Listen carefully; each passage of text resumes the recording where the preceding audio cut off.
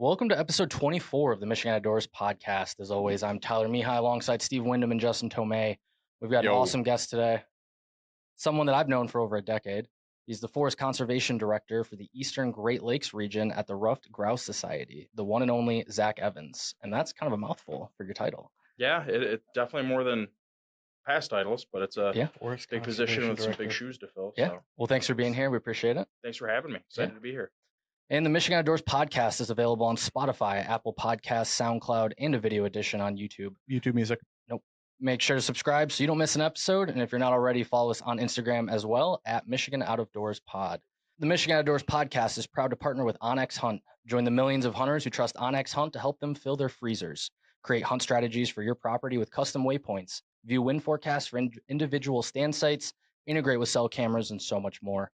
Onyx is essential for hunters to understand property lines, find and e-scout public land and other hunting spots, and all of the other tools to give yourself the best possible chance at a successful hunt.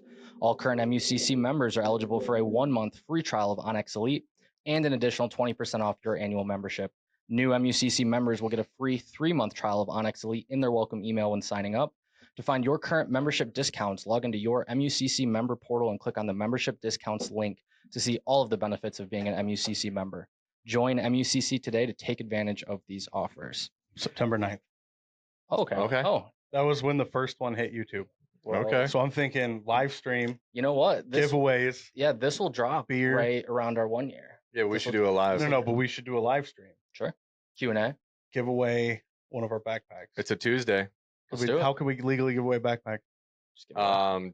We could do like a question. Like have like a. But we can legally do it without a raffle license. No, you could do something stupid like how many acres of public land are in, like no cheating. Like if someone hits it on the nose, you know that they're cheating. But like you could do like a high-low, and the winner in the chat, you just say, okay, message us your. Or we could just do a random raffle. No, you keep. Point is, we're announcing now. Chance. It has live stream. Get the correct answer. September 9th. All right, I like it. Cool. If that's the day, whatever the day is, we'll announce it. Well, we are back, episode 24. How you guys doing? Been good. Yeah. Ready for Labor Day. Yeah. This will drop after that. Yeah, and youth hunt. Yeah. Zach, how you doing? Doing good. Yeah. Doing good. Excited to be here. Living life? Yeah, living life. Had a second kid recently. Yeah. So Congrats. Busy with work, new job, busy with just getting along. Yeah. Taking him on the youth hunt? Not quite old enough. You're gonna make are you gonna make real that meme with the kid in the car seat? The kid is in his car seat. Look at this 8-point my boy shot. 1.5-year-old just shot a 200-yard buck. Yeah. 12 point at 200 yards, my 1.5-year-old. We laugh at that every year when the youth hunt comes out. You see all the posts on Facebook of like, look at what my son shot. He's 4 and he shot this 12-point buck at 240 yards. And it's like, okay, sure. We'll see. Yeah. They're doing Michigan Hunt Collaborative or Hunt Michigan Collaborative. They're doing a youth hunt weekend, but they're doing does only for that hunt because it's doe management on farms. Yep. Yeah. So I'll be doing that with my son, and I'm a hunt lead for them. So are you familiar with that, Zach? We're running a You hunt. want to give the pitch? Yeah. Hunt Michigan Collaborative is a nonprofit that started last year, and they are working with NDA, National Deer Association, and a bunch of large landowners. Right now, it's primarily up in the Thumb. But they're looking for expansion. So any of our listeners who have a large source of land and have a doe problem, Hunt Michigan Collaborative, we have like hunt leads we all got trained on. And then we plan, like I'm in charge of 4 hunts, but there's 12, I think there's over 50 hunts this year planned on these big farms. And so they've partnered with the farms. They hold insurance through the NDA, so everybody kind of like the farmers can sleep a little easier. We use DMAP tags, and then like all the hunters meet us around like 3:00 on a Saturday or Sunday.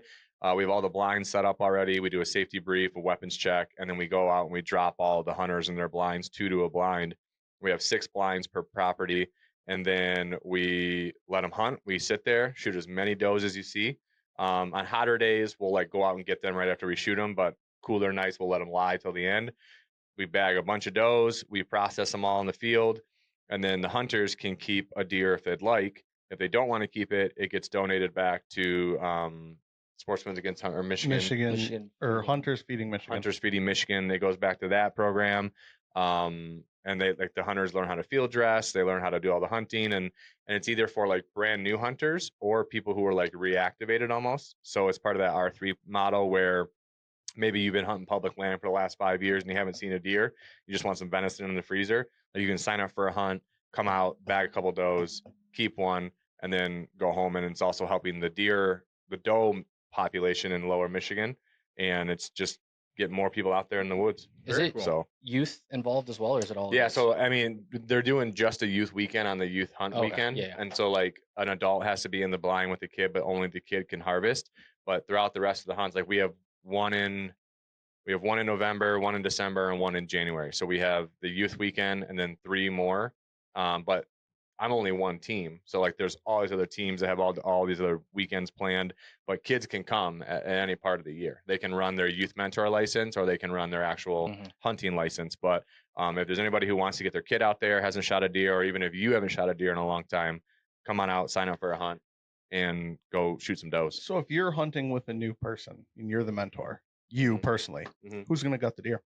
We offer them to do it. That was not a No, serious I'm not question. going to play into That a went right over stupid your head. comment because I would gut the deer if I had to for the new hunter, but we teach the new hunter how to do it. So ideally, the new hunter goes in and does it with our guidance. Is that you? No, I'm not a gagger, unlike you. So I can do it. Thank you very much. I'm going to have my son do it because we'll get a couple does, and that's where he's never gotten to that process. He's never been there for the whole shoot, drag, gut. And so when we go, I'm going to make him. So my daughter's doing the youth hunt this year. She has been there for all. Yeah. She was there when I killed some deer last year. But for years, when I hunt by my house, if I shoot something, I call her. Yeah. And my wife brings her down, and then she tracks with me, and then I have her hold the heart when I'm gutting the deer. Like I'll cut the heart. She out. tracked your deer last year, right? Yeah, she was the one we shot together. Yeah. Yeah. But this is her first youth hunt, so we'll see if she shoots. But Very cool. Yeah, it's about that time. We're getting weeks. real It's coming. close. Temps are dropping. I You know. been shooting your bow at all? Anybody? No, No? We have a crossbow. You don't count. Yeah. I'll be fine. Do you bow hunt? I do. Yeah. Well, I'm getting back into it. Didn't bow hunt in my previous state, but getting back into it this year. Nice. It's coming quick. It is. I mean, this morning was like I walked the dogs. It was like 52 out. It was And I great. put on a sweatshirt. I'm like, oh yeah, Yeah. it's It's coming. I'm not ready to get rid of shorts, but I'm ready No. to put on a hoodie. You run hot. You wear shorts all winter. I do All right. like shorts. They're Well- comfortable and easy to wear. We want to hop into some policy. No, we can though. Is there even anything going on? Well, we had to review. Yeah, there's something going on. Yeah. We haven't had a podcast since the. Since the commission at the August NRC meeting in Gaylord, they had coyotes on the agenda, and boy, howdy, did they spend a lot of time on it. So I'll preface this by saying they changed nothing in Waco. There are no changes that have gone into effect yet. What they did unanimously pass, and if I was good at my job, I'd have the language in front of me. But they passed what I heard one commissioner describe as a statement of intent, and I really like that description. They passed a statement of intent basically saying through a combination of hunting, trapping, and nuisance control year-round on public and private land, they're going to make available ahead of the next fur bearer regulatory cycle, which is February, March, year-round coyote hunting harvest. So I don't know all the fine details of how it's going to work yet, but ahead of the regular fur bearer cycle, they intend on having, again, some combination of year-round public and private land take of coyotes. That's a question I want to ask because I saw on social a lot of people were confused about this. You used the word nuisance. Yeah. Is that saying that part of the season is only going to be a nuisance hunt and it will be open to nuisance hunting? Is it saying it's going to be open? Perhaps. So Do we know? Because I guess. I explain the current language though, because like currently nuisance only Yeah. applies to livestock being around. When the 2024 commission closed the coyote season last year, one of the legs that they kind of used to prop up their argument was that there's still year-round nuisance take. A few weeks after that, and we argued for a number of reasons at that time that was not sufficient. But then a few weeks after that, the department clarified what the words in Waco mean, and basically their interpretation is you have to have livestock. So if you didn't have livestock, you couldn't hunt. So the idea that you could year-round hunt coyotes on nuisance control was like overblown at best. So I don't know. It may end up being a semantics thing where it just goes back to year-round on nuisance. Yeah. I do know that and this is my Or speculation. they could redefine nuisance, right? Yes, this is my speculation, is that the commission has a desire to look more broadly at nuisance control, including coyotes and a number of other species, and that they want to do this as part of one big bite of the apple. So we don't know the mechanisms that it will look like yet, but the commission has unanimously stated their intention is to permit year-round coyote take again before, at the very latest, before next April. So I would frame this as a limited win. We're better off than we were before the meeting, but now the responsibility is on all of us to hold them accountable, hold them to their word. I think that there's a decent chance, again, we don't know what the proposal looks like yet. It probably will be a couple of months before we get to see anything in writing. I suspect we could end up in a better place as a part of every species and every nuisance control and harvest and take and all of those things than we are now. It's just going to take longer to get there. Now, the question I've not been able to ask, and I have been asked, and I have asked it, is why didn't they just make hunting? If they're going to do it anyways, why not just do the hunting season now and be done with it? Yeah. I don't know the answer. I would guess there's probably internal politics to play within the commission. Like, it's a pretty new commission. 4 of the 7 members are new this year, within the last calendar year.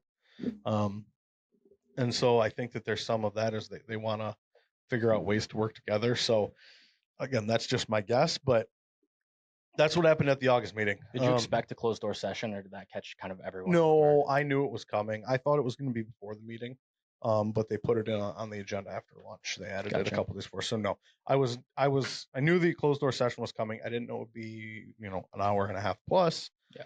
But I knew it was coming. So the other things that happened is a bunch of fisheries orders. Nothing particularly earth shattering. Closing some hoop net fishing for burbot in the UP, catching immediate release for some sturgeon, changing the Black Lake sturgeon season from 5 days to 3 days. It hasn't The ice lasted- season. Yeah, the ice spearing Yeah. season. It hasn't lasted more than 2 hours in 7 years. It was 17 minutes last year. Looking ahead to September, it's September 11th, I believe, Thursday in Lansing. And at that meeting, they're going to put up for information underwater spearfishing regulations. The DNR's proposal is going to be basically to keep the status quo and just remove the sunset. Nice. No, not nice. No? No. Why not? Because we have policy to expand it to the entire Great Lakes. So that doesn't allow, because in the sunset period is the only time they can do that expansion? No, so it's not nice because the status quo would mean Lake Michigan. Oh, it just stays. Okay, I see what you're saying. Yeah. Yeah, and then Lake Huron, Lake Saginaw Bay up. So we've already told the commission of our policy. We've told the department that status quo is not within the could live with for MUCC and the policy that we just had passed in March. And that 80% of our members at convention rejected the status quo proposal in March. So that's probably the next big thing. Also, spring turkey regulations are going to be coming up soon. I want to say October, November is information in action. They got some pretty potentially big changes coming. MUCC. Is that for 26, 20, or 27? Yeah, it would start in 26. Okay. So they have there's probably some pretty big changes that could potentially be coming. We still have policy for 2 tags. And I've talked to the DNR about ways that I think that could work, because we've gotten a lot of data back in the last couple of years that we didn't have 3 years ago when I first made a go at that with the department. So that's commission stuff. Legislature, they're not in. It's summer. There's some committee work, particularly in the House, but they don't have a budget. They're not going to have a budget anytime soon. And until they do, that's really all that can be expected, is they're going to work on a budget. So yeah. So back to coyotes though, because Sure. the one thing I heard in some of my circles was, okay, they made this statement, but if we get back to April 15th and they actually haven't done anything, the season will close again. Correct. Okay. But they've said in that statement of intent ahead of the regular Okay. fur bearer cycle. I know some on the commission would like to see it as early as October for information. The department, I think the department doesn't think that that's a realistic time frame, and that more likely would be into early next year. The Mhm. regular fur bearer cycle is February, March. So to make So that, it's got to be before that. yeah, it really depends Based on on how their big they statement of want to intent. go. If they want to tweak hunting season, they have to order the hunting section of Waco, which again, why didn't they just do it then? Because it was already open. And nuisance controls in a different section of Waco. So yeah, What does Waco stand for? wildlife conservation order. Okay. I forget that people don't know all my acronyms. There you go. One of my first intern wrote a binder, and there's 10 pages of acronyms in it. And It's like the military. yeah, she Yeah. just spelled them out so she knows what everybody's talking about. Yeah. Zach, you a coyote hunter, turkey hunter? Any of? Not right now, but now that I'm back in Michigan, definitely gonna maybe see what I got available in my area. We have a board member that's a big coyote hunter in. He lives in Kalamazoo. So, Okay. oh, you're moving, but yeah. Fremont's not that far. No, not at all. I know there's a lot of turkeys up there. I'm sure there's a lot of coyotes up there. Stay out of my spot. We hunted You- Nuevo this year for turkey. Yeah, we hunted. we did. Justin, I guided him. Justin guided Tyler. I still shot a bird. He was scared to your shoot second once, too. bird. One of the Shot biggest your birds I've bird. ever seen in my life. Here I we call it go. in, and he's looking at this bird, and he's tracking it with his gun. I'm like, shoot the turkey. He's like shaking real bad. Oh yeah. Keeps tracking it. I'm like, shoot the fucking turkey. And then the other guy shot and missed. Yeah. So Got a bird. It was fun. There you go. Eventually, Merle had to take you, or no, Carl. Yeah. Carl, just to be clear, Carl didn't have to take him. Carl was Tyler very nice. was scared Yeah. Yeah. when I took him. Yep. That's exactly what it was. He couldn't take real hunting. Yeah, I was too afraid. That's exactly what it was. I love it. All right. Is that it for policy then? Sure. Michigan Outdoors Podcast is proud to partner with GK World Championship Calls. As a proud 100% Michigan-based company, GK has built a reputation for delivering customer service that is second to none. With some of the most accomplished callers in the world, they have been successful in winning every major title on the goose calling circuit. GK is also proud to be a sponsor of numerous hunting organizations all over North America that make it a priority to get the young men and women involved in the great sport of waterfowling. They strive to educate the youth on the importance of conservation, safety, and respect for the sport. MUCC members receive 20% off their order with our exclusive discount code found in your MUCC member portal. Big shout out. Make sure to go see GK Calls at Point Moulier Waterfowl Festival. And now available at J Sporting Goods. Yeah, but it is the same weekend as Youth Hunt, but make sure GK is going to be up there at Point Moulier. So anybody's going to the Waterfowl Festival, check out GK's tent. It's not what I thought you were going to call out. Shout out. Oh, really? No, not yet. He's reaching for it. All right. So, Zach, let's get into it. So, I will preface this with how we got to know each other in a very minor way. Zach and I have known each other. Appropriate way. Yeah, well, we can talk about. Zach and I have known each other for like 11 years now. We actually met when we were both in high school. We were on a senior spring break trip in Mexico and ran into each other. Our groups hit it off, and we've been hunting a few times together. We've shot a couple times since then. And then everyone went off to college, and we kind of went our own ways. But it's great to see you again. Great to get back in touch, and we're happy you're here. Yeah, definitely good to be here. It was that was a long time ago. Yeah. I feel like 11 years ago. I know, now. it's crazy. So, but good to be here. Yeah. Thanks for the intro, and hopefully we can get out and do some shooting again later this year. In Absolutely. the near future. So let's take us back to the beginning a little bit. Where'd you grow up? When did you start hunting? And then what's your favorite animal to hunt, or what do you enjoy hunting the most? Yeah, I grew up in Walker, Michigan, just northwest of Grand Rapids area. Started hunting. I couldn't tell you an age. I was fairly young, probably right around when you can first go to youth hunt. I remember doing youth hunts with my dad and some of his buddies, and then hunted all up and down what felt like the west side of Michigan, all the way up by Luther area. I used to attend like your traditional Michigan deer camp up there. And my favorite animal to hunt, it's not just the position, but I will say I love hunting grouse. I did just move back from northeast Minnesota. And I'll tell you, the reason I love hunting grouse so much is because I also like hunting ducks, because you can talk, you can be kind of active. I love deer hunting. I love sitting in a stand and watching kind of the world wake up around you. But getting out there with my dog, kind of watching him work, not much beats that. My wife loves going with me, so it makes it even better. And yeah, just kind of getting out there, getting active, getting a little bit of a sweat going. What kind of a dog do you have? Is it lab? Black lab. Lab. Nice. Cool. How old? Turning 6. Starting to Okay, get so some you're in the gray. prime, right? He's in his prime, but he's starting to get some gray on his face. And it's kind of bumming me out, but Okay. he's in his prime, and he's getting. I think he's getting amped up with season coming up on us too. What's the name? Vern. Okay, that's a good easy single syllable for yell. Yeah. Right. Yeah. He doesn't get mixed up with anything else. Not close enough to bird, so Yep. works out well. You've been hunting with him since he was a pup? Yeah. Yep. Got him actually out of Riverstone Kennels over in Wisconsin. Okay. And for hunting, and he's been a great dog. Great dog, just family dog, hunting dog, everything. Nice. So, I know where I work. When I tell people I have a lab, I don't want to say I get looked down on, but I think some people question why I'm working there. Yeah. But What do they like? What's like at RGS? What would be like the prime dog for? I hear a lot about Llewellyn setters. Okay. I hear a lot about just different pointers. And not gonna lie, since working here, I've already started kind of looking, maybe getting another dog in the near future. Don't think that's gonna happen. The wife won't let it happen. But 2 kids, 2 dogs. It's a lot. I don't think. Yeah, I think that might be a little much advantageous. But who knows? Do it before it's too late. Because I mean, when I was younger, I was talking about Vinny, my dog that died from being an alcoholic. But we got a puppy at like 6, 7, and it probably added 2 years to his life. Okay. So do it before it's too late. Because my mom waited one time with an old dog, got a puppy, and then he still just laid there because he was too old. Well, my wife's gonna listen to this, so There I'm you gonna go. make sure she rewinds that part a couple times and hears that. I'm not saying right now, but before your dog gets before too old, Vern gets too old. Yeah. Gotta get have him another teach. one, and it's going to add years to the dog's life. That's a That's good point. science.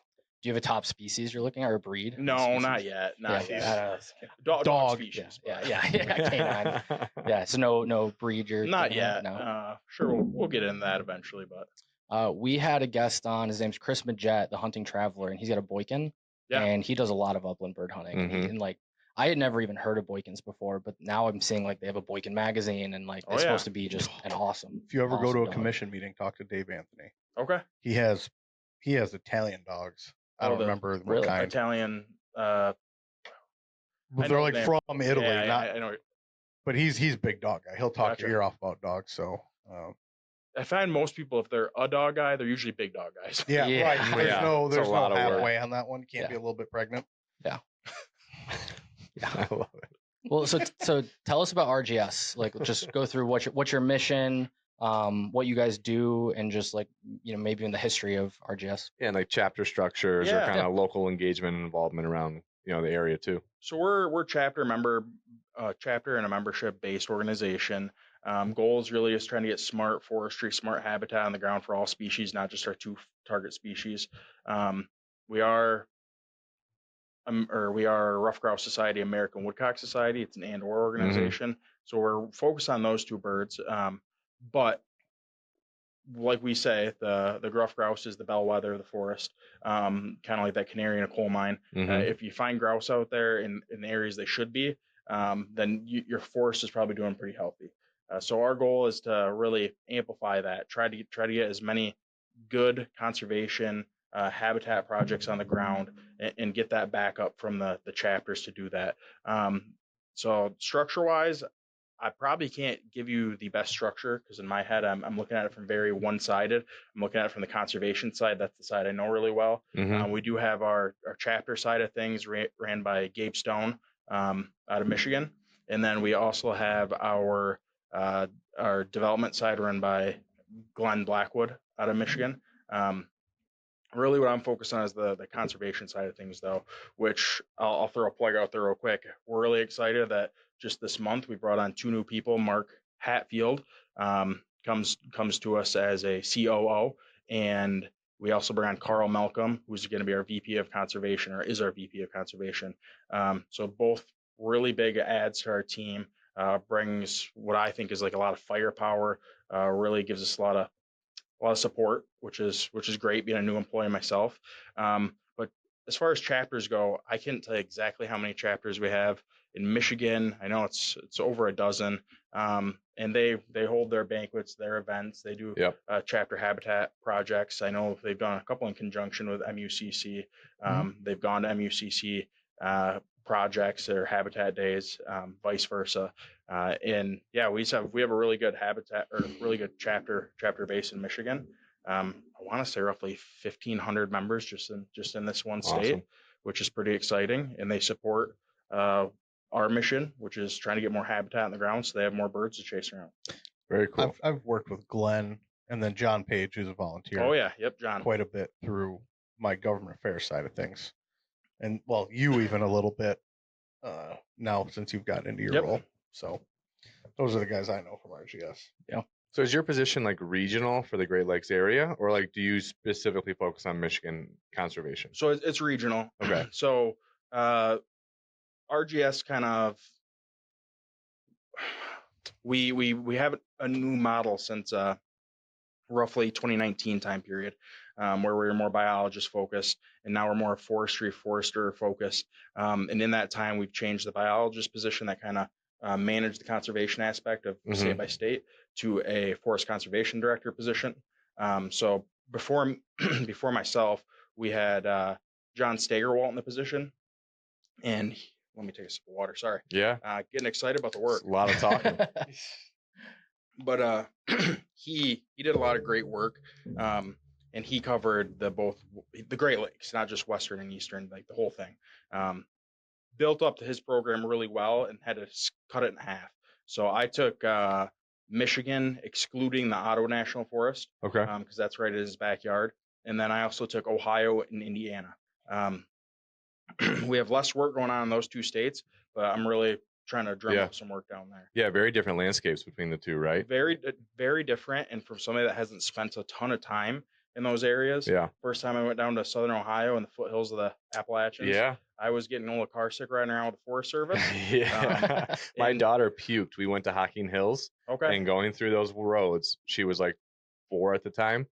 Threw up all over the backseat. Nice. It doesn't surprise me because I was feeling queasy in that riding around that exact same area down there near Athens. So I know how it feels. I didn't think, same with Indiana, Southern Indiana, I didn't think they had hills. But they definitely do, and I didn't think I would feel queasy there either. So it shocked me. As somebody from Michigan, I thought Michigan had a little bit of topography, but I was pretty impressed. So. You guys need a Dramamine sponsorship. So what? Said Southern Indiana is the only good part of that shithole state. Well, there's a lot of good woodcock habitat in the northern part. Yeah, that's true. No, I lived in Indiana for a number of years, but you've earned your right then. Yeah. Yeah. I tell people I did a golf outing trip last year to Angola, and what a city! Like it was. I couldn't believe how nice it was. It was just like we were on the lake, and we think of Indiana as like Indianapolis. Like I got all sorts of stories. I about just the think of it as Warsaw, tobacco Indiana fields. Fennigans. It's all a bunch of tobacco fields. That's what they grow a ton of tobacco down there. I ran a race in Southern Indiana with a guy that used to raise bears against a guy that used to raise bears. Not races, political campaign. Oh, I ran okay. a political campaign against a legislator that used to run bears. You ran a I actually down snapped my freaking ankle, my gas pedal ankle, and had to drive back through those curvy roads on a busted up ankle. Oh, it was not the most fun day I've ever had. Anyways, Indiana sucks. So you're talking about how RGS, AWS is like an and/or. Can you kind of explain how that works? Like, yeah. Well, we're focused on primarily, obviously, those two species. At one point, we were the Ruffed Grouse Society, and that was it. And we kind of focus on the states that have ruffed grouse. But there was a need for the same work for the American woodcock, and they're using a lot of the exact same habitat, especially as we get further south and over to the Piedmont area. Near the Carolinas, and slowly the American Woodcock Society was formed and then added into RGS. And I, again, can't tell you the exact timeline. I want to say about 10 years ago that happened. And now we're both. So we're covering both those species. We're out there scanning up, trying to create that habitat for both species. And like I said, they're using the same habitat a lot of the times. Yeah. So it's a win-win situation. So it's morphed a little bit less into a animal specific. It's more of just general conservation for upland habitat. Exactly. Similar to PFQF. Yeah, that's my question. Was the same way, right? Yep. Okay. Yeah. So, and then if I remember correctly, you were a forestry major. Yeah. Right? Well, I was actually a wildlife and ecology major in college up at Michigan Tech. And then when I wrapped that up, I want to say this nicely, but it's a hard field to get into, to be like a biologist or something like that. Oh yeah. And there's, again, I want to say this nicely, there's not a ton of money or positions available for that. So the writing was on the wall. Hey, forestry is probably the better way to go. There's a ton of positions. A lot of the times being a forester or in a forestry role, you get to work with those wildlife people. So you get to still kind of push your mission. Maybe you're not hands-on touching the species day to day, but you're manipulating their habitat. You're working with those biologists, those folks, to really create the best habitat for them. So it's pretty exciting. So I got my master's in forestry, again at Michigan Tech, and kind of been off to the races ever since. What year did you graduate Tech? It was back to back pretty quick. Like 14, 16? No, it was like 18, 19. Oh, okay. Oh, I is have, it I have a good? bunch of some hockey buddies who went up there and they played club hockey, Oh, nice. but they were out of there by like 12. Feel old. Gotcha. Well, So, if yeah. you can't tell by looking at him, he played football at Michigan Tech. So Yeah, I figured. I figured a sports guy. Yeah. You Yep. might know him, so it might Yep. cross paths. But they Yeah. were out of there by 12. Oh, so you weren't a cheerleader too? I was not. Nope. Not like Tyler. Yeah, just me. Okay, you did real Yeah. sports. Yep, he sure did. Not trying to be the best at exercising. That's awesome. So, but being in biology, forestry, like I assume that really helped lay the groundwork for what you're doing now. I mean, that's a pretty perfect fit for you. Oh, big time. And I'll say, it feels like quite a few people we have working on RGS, AWS have kind of that similar background where maybe they were a forestry major with a with a minor in some type of wildlife. But either way, you're taking a lot of the same classes. You're learning about those species and why you're doing different forestry techniques for them. So it really did work well. And even more so for myself, because when I was in the UP, I was chasing around grouse all the time. So I was touching that habitat, getting into it every day as it was, kind of not knowing at the time that that's what I would end up doing or being close to doing. This is smart though, because you're right. Those biologist jobs are ridiculously competitive, especially if you don't work for an agency. They are. And the other thing is all the people I've worked with that are in those positions, they've been there a while. Yeah. And there's multiple reasons for that. They like what they're doing. Right. They are really good positions once you get into them, but you'll see this kind of continued narrative online of to get to those positions, you got to work a lot of seasonal positions out there. Yeah, get your foot in the door. Yeah, and you're all over, which granted would be fun to kind of bounce around the US doing these positions. But when it comes to wanting to go out and hunt, wanting to go out and maybe spend some money doing these things, those positions would have made it a little bit more restrictive. Yeah. So you're the conservation director or forest conservation director. What is like a normal day in your life, like when you're at work? Yeah, right now it changes day to day, week by week quite a bit. We have a handful of larger scale projects going on right now in the state of Michigan. But in general, I travel around the 3 different states I kind of help watch over and meet with partners, bigger partners being the Forest Service in each state, and then the state agencies, so the Department of Natural Resources for each state, and kind of talking with them, what are their needs, how can we maybe support them, how can they maybe support us.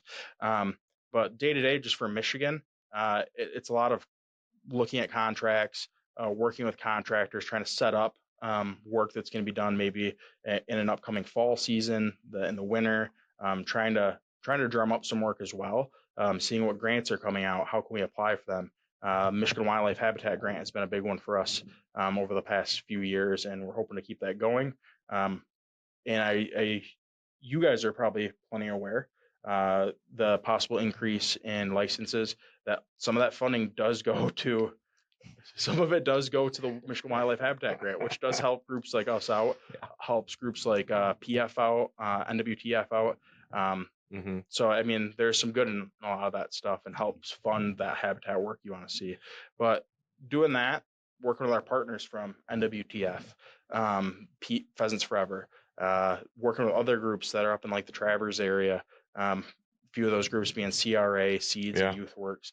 Some really impactful groups getting youth on the ground, getting projects done in their specific organization's way, and creating more habitat for us, probably all 4 of us, to go recreate on in Michigan. That's awesome. So but outside of the agencies, are you guys working with like timber producers as well? And like, are you interjecting with best practices? And when you're doing a harvest or you're doing a burn or doing like, are you guys in there to make sure that the habitat is considered and not just the profit from those landscapes? Yeah, part of it is just trying to get a seat at that table to make sure that the species we are focused on is getting kind of viewed in that light and not skipped over. But what I will say is from somebody that's worked with the Forest Service for multiple years now, not just since I started this position, and also worked with state agencies, those things are already being considered at their level. So I'm a big proponent, big supporter of those agencies, whether you agree with certain things they do or not, certain amount of management they do or not. They do care about getting recognition for species and habitat on the ground. But when it comes to like your non-industrial or your industrial forest land owners or forestry producers, trying to get in with them, have those conversations, talk about those best management practices, how we might be able to put more wildlife habitat on the ground while doing the same projects. Yeah. Is something we're trying to be in the arena for and have those conversations. Very cool. Are you guys all public land? Do you do any private land habitat? Right now in Michigan, in the whole Eastern Great Lakes, we're really focused on public lands. There are states where we have agreements that put us in touch with the NRCS, the Natural Resources Conservation Service, to help private landowners out. There's areas I know along the East Coast where we're involved in similar programs, not just the NRCS, to get on the ground with private landowners. That's something we want to build in Michigan, but right now we're kind of at square one in that sense. And with the way things are going at the federal level, we can't really work on an agreement with NRCS at this time. But when that chance pops up, I mean, we're trying to be there on all lands, so we'll be knocking on their door. Just like speaking holistically, do the tactics or strategies for land management differ on public and private? Like I assume public's usually going to be bigger land masses you're working with, but is there any difference in like how you guys work with those?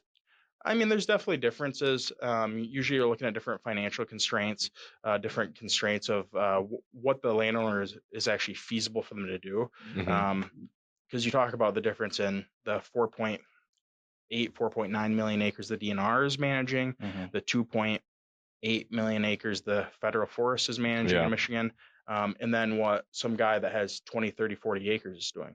Obviously, those are going to be pretty big, the differences. But managing that 40 acres is also extremely important. That 20 acres is extremely important, especially if that landowner specifically wants to see things happen on their property. Because when we look at landscapes, we're really trying to look at like a mosaic, age classes, diversity mixes of the forest. So those 40 acres, I mean, those add up. I was just at a meeting with the Forest Service just over a week ago, and their district ranger was saying, I tell my people every day, it's the pennies and the nickels and the dimes that add up to the $100,000 million projects. So it's the same thing. It's those 5, 10, 20, 30, 40 acre projects that are going to add up to getting a really nice mosaic on the ground that is going to benefit all wildlife. So then for people who are listening and might not be familiar with grouse and woodcock, what is like that ideal habitat for them? Like, is it the tall prairie grasses like pheasants? Is it that understory? Is like, what are we, looking at the fact that knowing that good habitats for this species benefits turkey, benefits deer, what are grouse and woodcock looking for in their habitat? Yeah, the main thing is early successional habitat. That's the term that gets used for grouse and woodcock habitat across the board. Doesn't matter what state you're in. Early successional habitat, that prime habitat is a mixture, but early successional is the biggest proponent of that. Okay. So having a good combination, like a rotation where a grouse can have in one home range, a 5-year-old forest, a 20-year-old forest, and then a 30 or 40 or 50-year-old forest. So something where they can kind of work throughout those, because they're going to use all those age classes at different points for foraging, for rearing a brood, for different aspects of their life during the winter, during the summer, all different. But really, we're looking at high quality aspen is what you probably think of when you think of grouse and grouse habitat. And they're not migratory, right? Like they're sticking around. All year long. Yep, they're nesting right in the snow. They roost in the snow. They're living down kind of under that snowpack for weeks at a time in the winter. Unlike woodcock, which are migrating back and forth down south. So, but yeah, we're looking at early successional habitat, but more importantly, a diversity and a mixture of that for grouse. Very cool. What are some of like the biggest threats that they face right now? I mean, like what if there's something that you're focusing on, like this is the biggest issue we're facing, what would that be? It really matters where you're looking at. So I'll focus just this question on Michigan. Sure. It would really be habitat decline, not loss of forest or loss of amount of contiguous forest ownership on the ground, but that loss of habitat. So when I say that, I mean, we have a lot of aspen stands that is probably their biggest component of their habitat that are dying out and being replaced by maple stands. So when you go out there and you see like an old old for aspen is getting up to 70 years is getting pretty old. Okay. And they're falling over and they're starting to die. They're getting affected by wind throw. And then something else is replacing them, and it's usually not nearly the quality of habitat as the aspen would be. So that's probably the biggest one. Does aspen have commercial value? Like It does. for those stands? Like is it, but see, and if people are replacing them with maple or power pole pines, like all that, because do you know how that aspen ranks in kind of the hierarchy of timber and that habitat? It's not super valuable. It's not like you're looking at an aspen versus an oak and saying, oh, I'd definitely rather have aspen if I'm looking for money. Yeah. And when I say being replaced, I don't mean like people are out there when it dies and planting. I mean, it's dying and falling over and it's not coming back up. Yeah. So that's really what I'm talking about there. But yeah, if we can catch it at that right time, that right rotation, right around that 40-year mark of age for aspen, then it definitely does have a value. A lot of those stands we're looking at doing more so to produce the habitat rather than the timber value. But there's definitely that component of it where we can sell that wood. Do aspens need to be like planted, or are they like a self-seeding, like self-spreading species where they're going to germinate, they're going to produce seeds, they're going to go, and if the wind carries it away, it can kind of keep itself healthy? Or does it need a lot of help to be able to like keep those stands rejuvenating? It needs some help. Aspen specifically is primarily it's an asexual species. Okay. So it's reproducing on itself off of root suckers, stump sprouting. So really, when you go out and you look at an aspen stand, for the most part, you're looking at a giant clone. A lot of those trees are probably connected at the root level, and it's all considered one organism. I think one of the until recently, one of the largest organisms in the world was considered a stand of aspen. So root connections. Yes. Oh wow. Okay. And it was like acres large, and that was out in like Colorado or something. But yeah, to really reproduce aspen, the best thing is to kind of disturb it, cut it down, maybe affect the soil out there, and get it kind of scarified and invigorated to pop back up even stronger. Okay. Does that require heavy machinery then? It doesn't always, and it doesn't only, but it definitely helps. Yeah. I tell people when I was in my previous position, we were doing a lot of fire fuels mitigation in Northeast Minnesota, and one of the things we did out there is use tracked like a skid steer with a mulching head on it. Okay. To mow down balsam trees, and you'd get an aspen here or there. And the second they'd be done with that, if they were turning those tracks quite a bit out there, a big thing that would happen is you'd see an insane amount of aspen come up, which is really cool to see. Now out there, people complained about it. Here, people are like, "Where's my aspen? How do I get more of it?" Yeah. So kind of an interesting contrast, but out there, I mean, a lot of grouse, and here we have a lot of grouse that need that aspen component. So we got to continue the work we're doing. Yeah. So like, we have our OTG program, and the way that we identify our OTG is it's something that a bunch of volunteers can do like in a backyard almost. Like we don't bring in tractors, we don't bring in skids. Yeah, we're doing 20 to 30 people on a Saturday. Yeah. So what can hunters or conservationists do to help with all of that? I mean, if heavy equipment is helpful, what can just the average person that might not have access to that, how do they make an impact positively? Well, I'll start by just saying advocacy. A big issue is there's not enough people out there that know what needs to be done or that realizes there's an issue. So supporting groups like MUCC, like RGS, AWS, even groups that are not related to the species I'm focused on, go out and support what you're hunting because it's going to support the species. So that'd be one big one to start with, joining a chapter, doing work there. But another thing is joining a chapter or even joining an MUCC workday, where you're going out and planting trees, because that's going to turn into habitat. It's going to be a food source, and that's a big way you can chip in, is being on the ground. Granted, you're going to do smaller projects. You're going to do 5, 10, 20 acre projects probably, but it adds up. Like I said before, those pennies and dimes, they add up. So that'd be a really big way. If you have access, if you have the means, donate to a group or something like that is going to be able to do larger scale work. It's definitely helpful. And I'll just say, like, we're focusing a lot right now on grouse, but I know MUCC is doing or did a project recently up on the Edmore State Game Area. and that is going to be less than a couple hundred acres from where we're going to have some equipment in probably the next couple months, and be mowing down roughly 112 acres. Nice. So, and that's going to be not grouse focused. That's all woodcock focused. Yeah. Well, I think that's something people don't understand is you look at like an OTG event and you're like, oh, we're only doing 20, 30 acres, but that does add up. And I mean, every ounce of impact you can make helps. And like you said, pennies and nickels, they all add up. Exactly. And you look at that 5, 10, 20 acres and people are like, well, it doesn't really do much, but that could be one grouse's home range, or that could be one woodcock's summering grounds.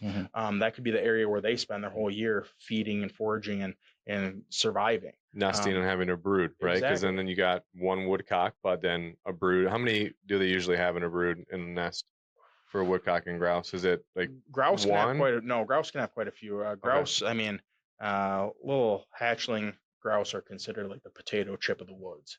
Okay. Everything comes along and eat them. So, I mean, everything will eat those. Making things. you hungry? No. Everything will come by and eat those. So if they have 12 chicks, maybe one will survive. Okay. Oh, wow. Oh, wow. So that's why getting that right habitat to give them the best chance possible is important. But yeah, I mean, those areas, those 5, 10, 20 acre areas, they could be supporting that brood, those 12 chicks for a year. Hearing the different mortality rates for species is insane. Because I remember you probably listened to that Meat Eater podcast with a turkey biologist on. They're like, half of the eggs that hit the ground will never hatch. Yep. Half of the ones that do hatch won't make it the first month. And they're like, if you see a big mature tom turkey, it's literally like a 1 in 100 bird. Yeah. Yeah, they beat the odds. Not only that, but like events like you had this past spring with that giant ice event, if that shifts one way or another, if that shifts into more of like that nesting season, if that shifts to where all those chicks are on the ground, that could have a huge impact on a population. Luckily, talking to some people from the DNR, I think that's going to have the opposite effect. I think that hit and is going to create a lot of habitat, all the timber that's down. but that could have went very badly for certain species. Yeah. That's interesting. Yeah, I wouldn't have thought about that. But I mean, because that could, in theory, wipe out a whole year class. Oh, definitely. Yeah. Yeah, you start. Were there any projects you guys are working on that affected that ice storm? Like, There's a project we have on the Pigeon River State Forest up there that it's not going to affect long term, but it slowed down we had a chapter project that was going to happen up there. It slowed that down. They weren't able to do it because it was supposed to happen like a couple weeks later. And the DNR was basically like, unless you plan on cutting your trails in that whole road, then you're not getting to it. Yeah. But we're going to go forward with that project still and get it done. Awesome. It just kind of went on the back burner for a minute. Yeah. That was a wild event. Yeah. So how long have you been at RGS now? I've only been here 5.5, going on 6 months now. Okay. So do you see yourself upland hunting more now that you're kind of living it? It probably hasn't been through a season yet. I haven't been through a season of upland hunting while at RGS, but I would like to tell you I'm going to hunt way more, but I think before the podcast started, I mentioned I just had another child. Yeah. So having a little couple week-year-old might be a little busy. Yeah, probably won't get out as much as I would like, but eventually I think I'll get out quite a bit. Yeah. I asked because like the second I started working at MUCC, I just was like hunting so much more. Because like when you just live it every day and that's what you do, you just want to be more involved. Gets you fired up. Exactly. 37 days till boat season. Yeah. What you prefer? Okay, what do you like to eat more, woodcock or grouse? Grouse, definitely. Yeah, I'll be honest. Woodcock, I mean, the woodcock I've chased have been pretty erratic flyers, and I'm not the best shot. So I've eaten probably 10 times the amount of grouse that I have woodcock. Yeah. What's your favorite part about working in conservation? Definitely getting to see projects through and seeing the impact of them. Again, going back to when I was in Minnesota, because that's where I saw a lot of projects start to end completed. I can't tell you the amount of times I would plan a project in the summer, get it funded the next year, and then go out there while the contractor was there and seeing little family groups of grouse just running. Oh, really? Around. Oh, the amount of times I've had hen grouse chasing me around. Oh, yeah? Trying to keep me away from their chicks. Yeah. I mean, it was all the time. I had coworkers that they had grouse come flying out of the woods and run into them. So, but getting able to see that kind of start to finish and how it does affect the wildlife is really exciting. I mean, I was just talking to some Forest Service biologists last week, and they were mentioning how they went out to a project that a different group did, recently, and they saw a bunch of turkeys, kicked a few grouse out, saw woodcock, even saw a couple of deer all on the project site in a couple hours. So getting able to see that kind of progression, seeing how the habitat and the animals specifically respond is really cool. And now getting to do that with a group that's backed by 1,500 members in the state of Michigan is really exciting. Yeah, you almost get to take ownership of that whole project and just really see it from beginning to completion. I get to take ownership of the process. I won't say I get to take ownership of the project. But you get to feel like you made an impact. Yeah, Like so many I got different to help stages. it. I got to help it along. I mean, not nearly as much as all the people paying for the work, supporting it via chapter funding, but I got to kind of handle their funds to get the result they were looking for, which is also really exciting. And I get to do things like this, talk to people that are into hunting. We talked about dogs. I talked to a lot of people that are big dog guys. Yeah. There's your dog guy. You're exactly all big dog guys. And about just about every species too, or not. I got you. Me saying species about every breed now too. Like you hear the pros and cons, because you asked me what breed I would want to get. I can't tell you, because every day I hear somebody spouting off swear they're the best, how their breed is the best, and how it would never go a different way. I had an English setter. He was dumb as spit.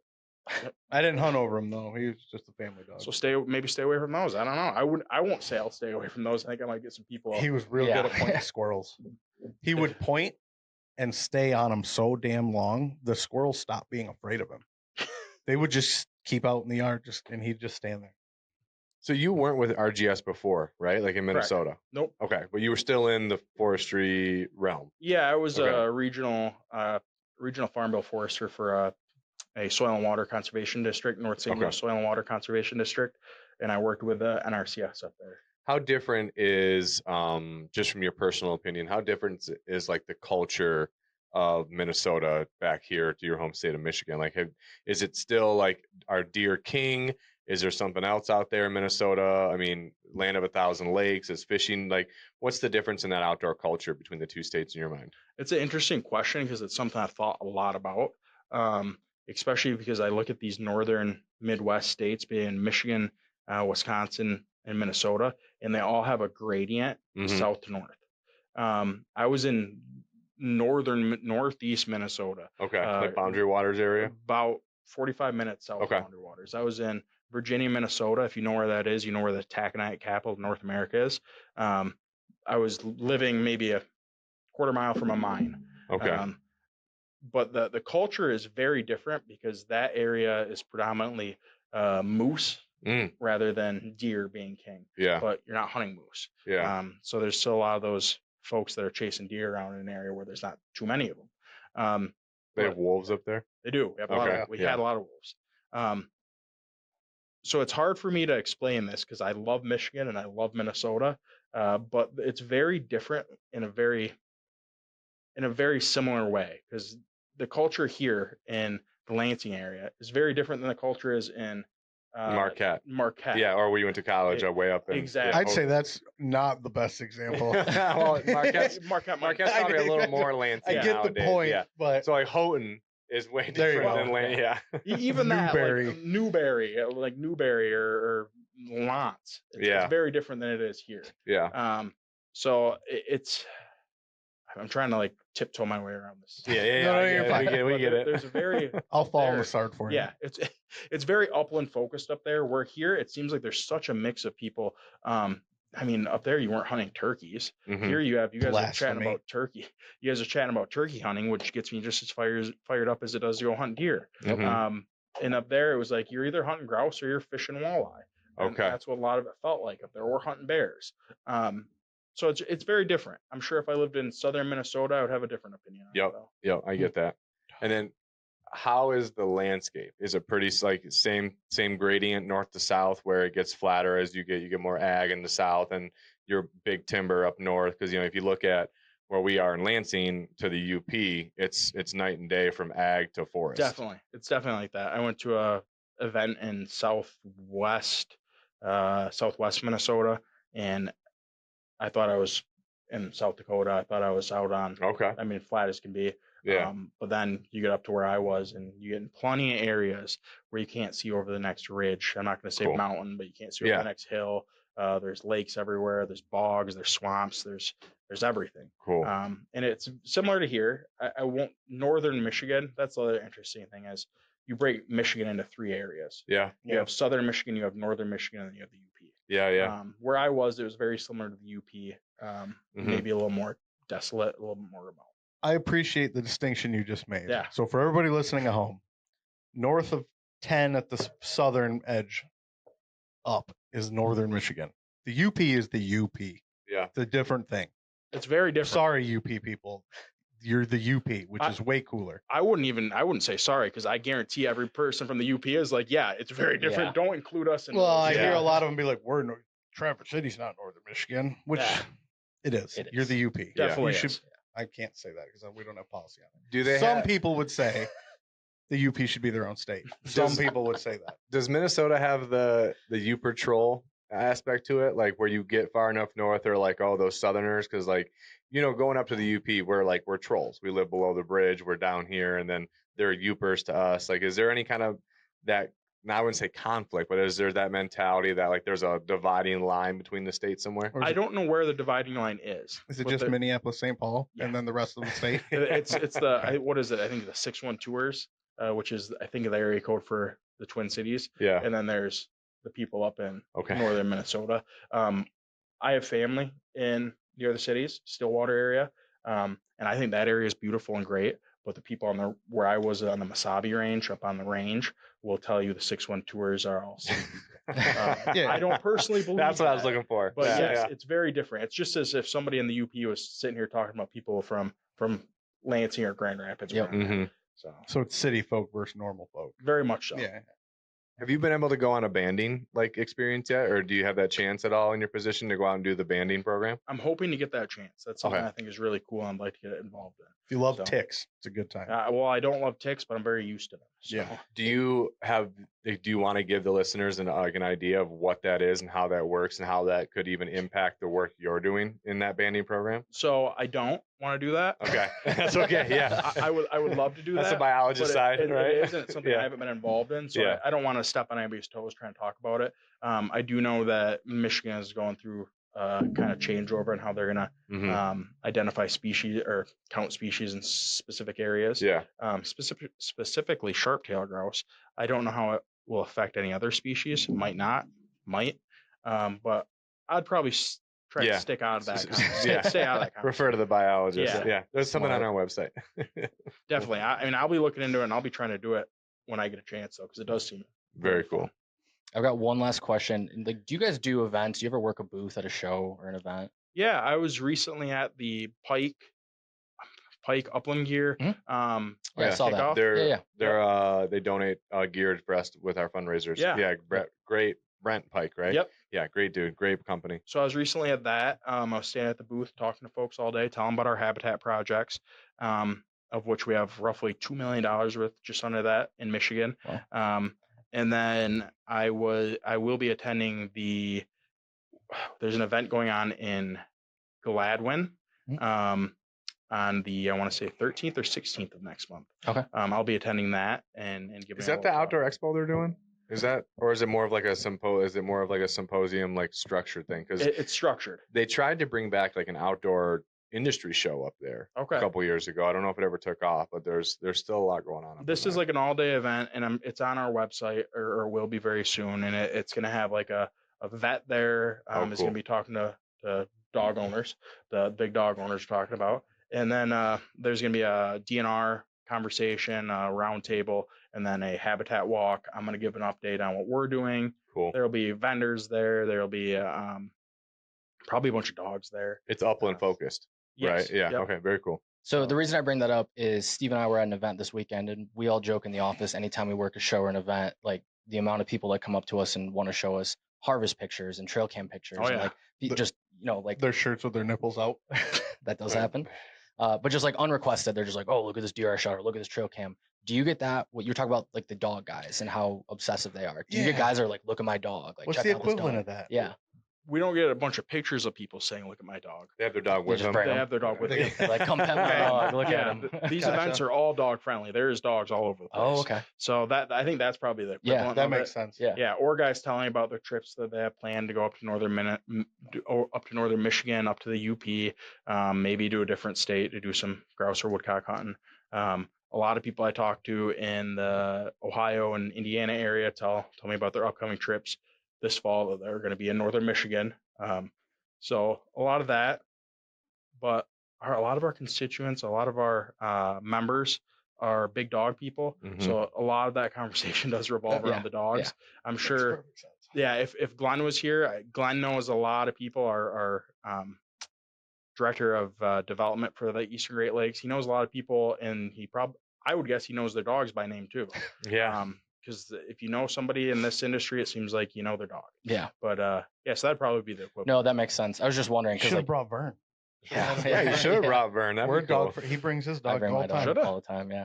No, I was just wondering because like it's every single show event we do. It's like there's so many people, and it's great. We love Yeah. it. We want to see it, but it's just we always laugh that it's just it always happens. Yeah, we definitely. have show bingo. So like you Okay. guys should start doing this at the Yeah. things you're at. So like we have like a made up imaginary bingo card, and it's like somebody showed me a picture without asking to see it, Yeah. or somebody told me about this, and like Someone there's- yelled at me that the digest wasn't out yet. Yeah, like someone yelled at us about the digest, or someone mentioned the TV show from 60 years ago, Yeah. or something like that. So it's funny. We always have show bingo to keep us a little lively in the booth. Oh yeah, definitely.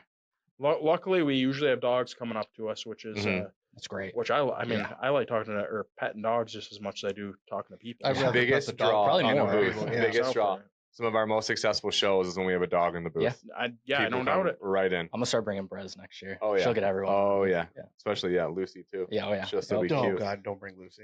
Not to the show. I don't think we'll be chasing her all You were a over. loser. I've There's got nothing wrong with Lucy. It's just she's a puppy. I've got a 7-month-old golden, and I Okay. have a 7-year-old golden as well. Gotcha. But the puppy's crazy. So you took the advice of getting one right No, around his 7. girlfriend. Did. Yeah. No, Uh-huh. that was not my decision to make. You ended up with It 2 is- dogs still. huh? Exactly.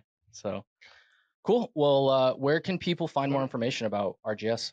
Yeah, go to our website. That's the best spot there is. We do have it broken out by region, so come check out the Eastern Great Lakes region. Check out all the great projects going on in our other regions as well. And I know I'll just plug this is the statistics in Michigan is like 1 to 2%, I want to say, of people that claim they're a grouse hunter or are getting that stamp or that license every year are members of RGS. Like I said earlier, it doesn't matter if you're an RGS member. It doesn't matter if you're a PFQF, if you're a NWTF, DU, doesn't matter. If you're hunting it, I think you should support it in some way Yeah. by being a member. And I will say it'd be great to see half of people hunting grouse in the state be a member of RGS. I would say that even if I wasn't working here, I'm a member of other conservation organizations because I go after those animals, and I think they should stick around and support Yeah. their cause and mission. So think about joining. We're doing a lot of great projects, a lot of cool things coming up, a lot of new things coming up in Michigan. The plan is to do some habitat walks of our own in the future to kind of show members like, hey, this is where money went, this is where your funding went to this completed project. Got to be careful with that because then might have a bunch of people hunting it in the next couple of years. Yeah. Don't spot burn anybody. Yep. But that is part of the plan is to get those people kind of introduced and seeing where their funding is actually going. So I want you to look right in that camera. What message do you have for Adam Bump, the upland game bird specialist for the DNR? I'm joking. I'm joking. Don't put you there. Well, I was gonna say I was just with Adam on Friday having a conversation with him. Adam's a great guy. He worked for RGS. He worked here too. Worked here too, I guess. There you go. And he's got some things some plans for different game bird monitoring that I think is pretty exciting. Some changes going to happen. He's been a good resource for myself so far. So Good answer. Do you guys have like a banquet season or an event season where like after the grouse and woodcock season closes, your chapters are doing a lot of work around the state, having events? Like when does that kind of roll out through the calendar year? Because I know you said there's not a ton of banquets or stuff happening right now, but people looking ahead to the new calendar year or after seasons are closing, When does that season kind of roll out for you guys? I think it rolls around pretty quick after the new year. Okay. I can't remember who, but certain chapters start having events right away at the new year. Very cool. But there isn't really a season, I've learned. Yeah. I mean, we have a couple more chapter banquets still coming up this year. So, Oh yeah. I think some of them maybe even the week before opening. Oh, cool. Opening day for grouse. Get everybody jacked up, ready to go. Yeah, get them all excited about it. I know there's also an issue with people aren't going to be available because they're going to be preparing, getting ready, going out themselves, scouting. But we have a lot of those events all throughout, basically from the first of the year all the way through season opener. You can find something going on. Very cool. And what was the website and socials? That's a great question. It should all be Ruffed Grouse Society. Okay. So you look up Ruffed Grouse Society, punch that in Google like I do. I just punch everything straight into Google and let that take it from there. And we have it all listed on the website. We have a blog that announces all the big stuff we have going on, all the really, really notable stuff that we're writing about and talking about.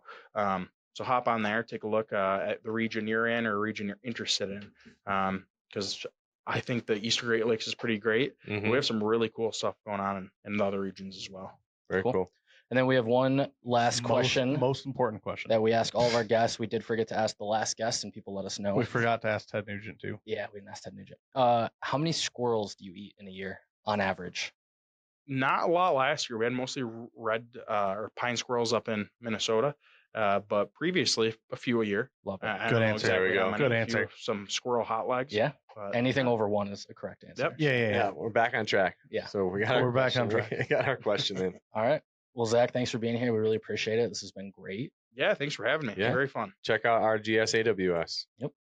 And the Michigan Outdoors podcast is proud to partner with Giant Mouse Knives, a Michigan-based company born from a shared vision in 2015 to create knives that combine exceptional design, top-tier craftsmanship, and a strong sense of community. At Giant Mouse, every knife is crafted with care and purpose. From the first sketches to the final production, the team ensures that each blade meets the highest standards. Whether you're in the field, on the water, or tackling your next outdoor adventure, Giant Mouse knives are built to perform and made to last. Explore their full lineup of exceptional everyday carry knives at giantmouse.com and follow them on socials at Giant Mouse Knives for updates on new releases and exclusive drops. MUCC members receive an exclusive 25% off their order with the discount code found in your member portal. Giant Mouse Knives, knives done right. My giant mouse could cut Tyler's Kershaw in half. It probably could. Actual mileage Well, maybe. and don't forget the limited edition 1 of 10 Yep. Giant Mouse MUCC knives we have. If you haven't seen it on the website or haven't seen the emails, if you make a donation of $500, you are going to get a Giant Mouse Jutland in Hunter's Orange, nice and bright. Best gutting knife you can ever Right find, there. probably. Yep. It's going to be branded with MUCC. It's going to have the individual number on it, number 1 through 10. And we've actually even started to toss around the idea about throwing in a Mystery Ranch backpack Mhm. as another way to incentivize that. So you make your $500 donation, you get the knife as a gift, you get a Mystery Ranch backpack as a gift, and you're helping support conservation and protecting your right to hunt, fish, and trap. Yeah. So Zach, grab that orange one and play with that for a sec. So also shout out and congratulations to Giant Mouse. They just had their grand opening this weekend. Steve and I were there, MUCC at a booth. It was great. Very Met cool. some members, introduced ourselves to some people, but also just celebrated a great company here in Lansing. That's Yeah. a great partner for us. yeah, that was cool. I mean, they had people from California, from Kentucky, from Mhm. Colorado that flew in just for Yeah. their 10-year anniversary grand opening. And to tell the story, the gentleman we met from California was actually an MUCC member because he found out that with his membership, he gets 25% off and Yep. thought that was a great way to support conservation and get a discount. So And get a cool knife. Yeah, exactly. that's awesome. So check out Giant Mouse. Rooster Ranch. And then, yeah, we just have a quick few housekeeping things to take care of before we sign off. Yeah, coming up, by the time this drops, you'll be looking ahead into September for all of our events. So we have some OTG events coming up in Otsego County, Calhoun County. We're going to be up in the UP in Luce County in September 20th. We're also going to be doing an after party event at the Pine Stump Junction. So if you guys are in the UP during September, or if you want to just get out in Calhoun County or Otsego County, check out OTG, come out and get hands-on with conservation and help us improve habitat. Next big event we have coming up is Rooster Ranch. So the Rooster Ranch Bonanza. It's going to be at the Rooster Ranch in Ubley, Michigan, September 26th. It's a Friday. You're going to come on out. We're going to have an amazing country breakfast. We're going to do a warm-up with some sporting clays or wobble trap. We're going to do a tower hunt. or a European hunt, as they call it. We'll do lunch. We'll do a field hunt. We're going to have lots of great raffles and prizes. There is lodging available at Rooster Ranch. So if you're coming from a little far away, you can come the night before or stay the night of. It's going to be an awesome event. Last year, we gave away a Browning Satori 20 gauge. We'll have numerous firearms, lots of cool packages. You're going to get amazing food, top-notch, world-class place there at Rooster Ranch. So get signed up, mucc.org/rooster. And that will be our last big event of the year until convention in early 26. See, you missed an event. No, I didn't. We're probably going to do a live stream for our 1-year anniversary. Okay. We might have giveaways. Yeah. Might have beer. And we might get Shannon or Logan to join us. I like that. Bring it back. So that's the promises, is that we might do those things. Yeah. So this should air ahead of time, and hopefully Tyler does his job and markets this appropriately, and we have We'll a see. sweet live stream for our 1 year. I like it. Maybe we'll Awesome. play clips from the podcast that we lost due to technical difficulties.